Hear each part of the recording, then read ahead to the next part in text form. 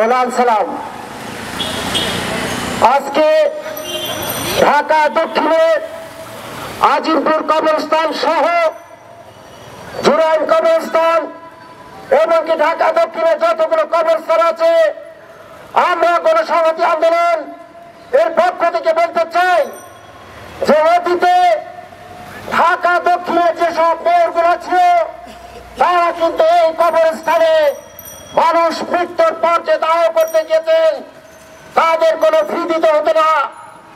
গত সরকারের আমলে ব্যারিস্টার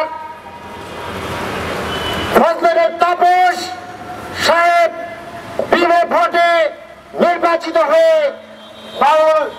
ঢাকা নগরবাসীকে অতিষ্ঠ করে ফেলেছে।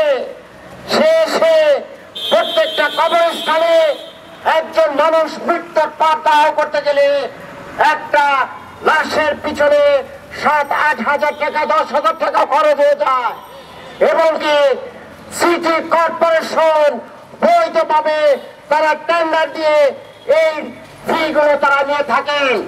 আমরা ঢাকা দক্ষিণের পক্ষ থেকে পরিষ্কার ভাবে বলতে চাই, এরপরে থেকে কোন লাশ দাফন করতে গেলে ঢাকা দক্ষিণের যে কোনো কবরস্থান হোক, কোন কবরস্থানে কোনো ফি নেওয়া যাবে না, এই ফি বাতিল করতে হবে।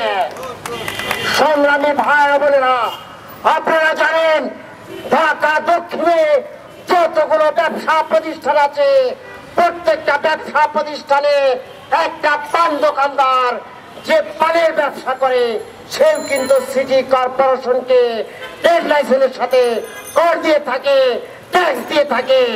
তাহলে ঢাকা দক্ষিণের একজন নাগরিককে মৃত্যুর পরেও তার ট্যাক্স দিতে হবে, এইটা কোনো বৈধ কোনো কথা নয়।